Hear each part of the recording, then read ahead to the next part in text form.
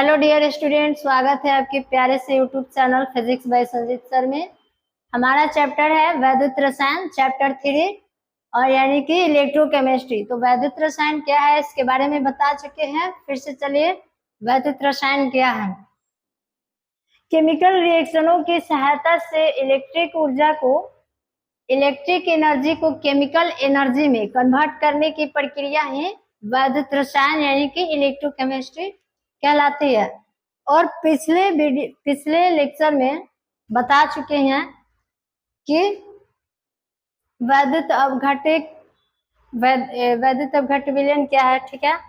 और आज का आपका टॉपिक है कि विलयन का अवरोध या फिर प्रतिरोध।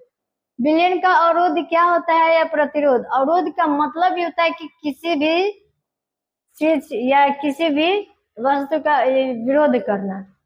देखिए कि विलयन का वह गुण होता है कि जो अपने से प्रवाहित होने वाली धारा का विरोध करता है, उसी को प्रतिरोध कहते हैं। फिजिक्स में हम लोग पूरा बढ़िया से पढ़ चुके हैं डिटेलिंग में कि प्रतिरोध क्या होता है, और उसमें तार या फिर चालक में पढ़े थे कि धारा का प्रवाहित होता है।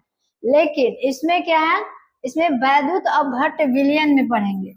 वैद्युत अपघट्ट विलयन में पढ़ेंगे कि प्रतिरोध क्या होता है।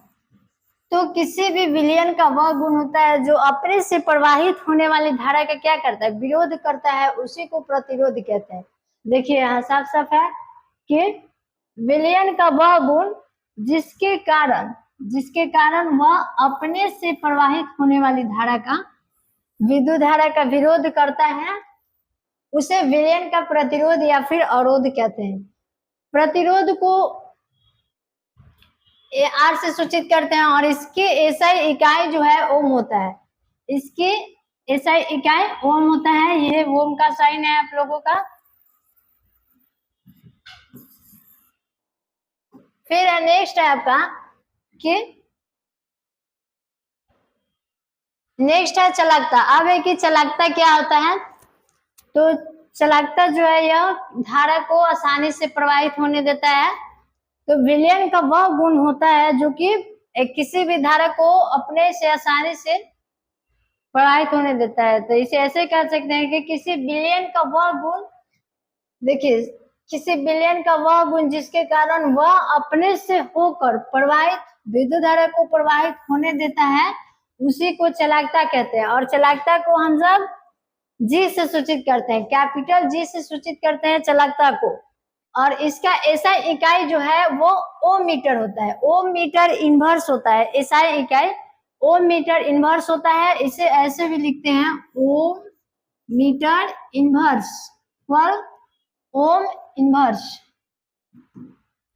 ठीक है। और इसका परिभाषा है, इसका फॉर्मूला है G इक्वल 1/R।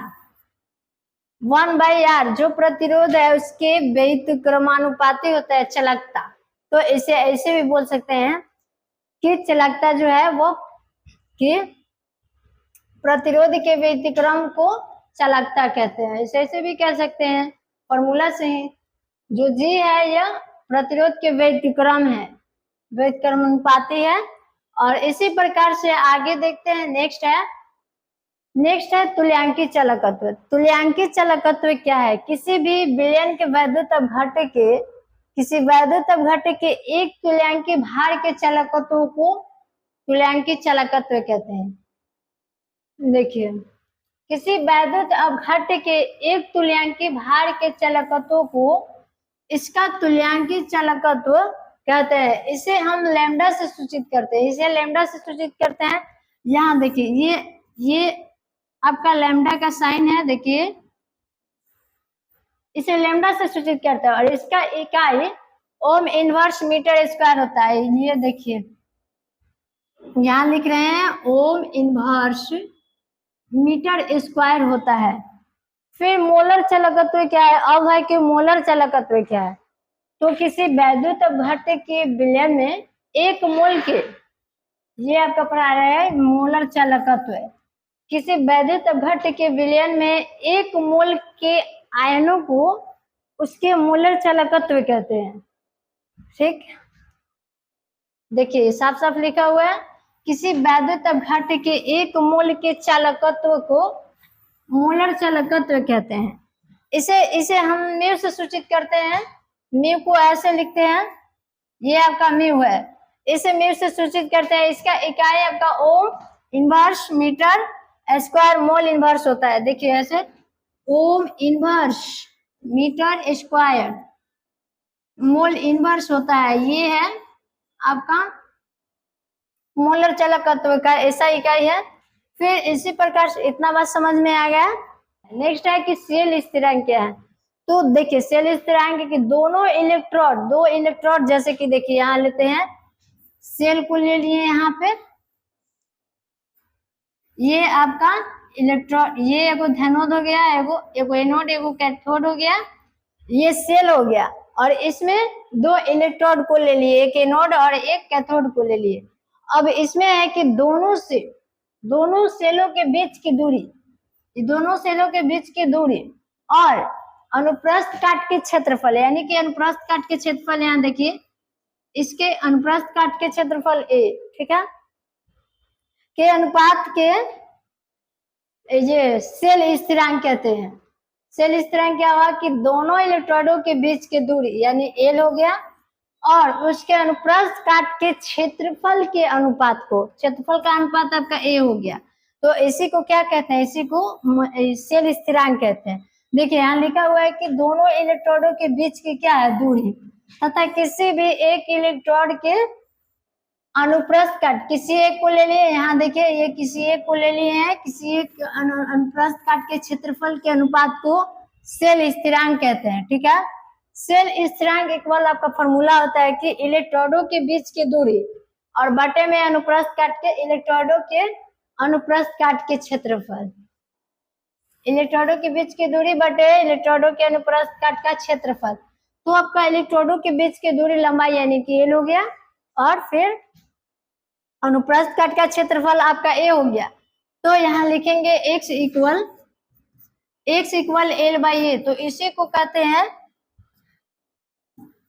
शेल स्थिरांक। ये आपका फॉर्मूला हो गया, शेल स्थिरांक का फॉर्मूला हो गया ए भी आया। जो भी है विशिष्ट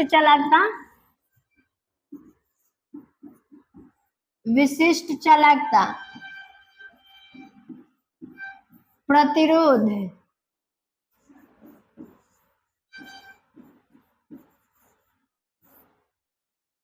फिर क्या है शेल स्थिरांक, मोलर चालकत्व, जितने भी है तुल्यांकित चालकत्व जितने भी है इस सब वीवीआई है। सबसे ज्यादा इंपॉर्टेंट ये दोनों है, विशिष्ट चालकता और प्रतिरोधी, दोनों वीवीआई है। इनसे बहुत सारे क्वेश्चन, मतलब 2-3 क्वेश्चन तो आ ही जाता होगा। तो ये सब आप लोग अच्छे से देख लीजिएगा और आप लोग को नोट्स दिया जाएगा, उसमें भी रहेगा।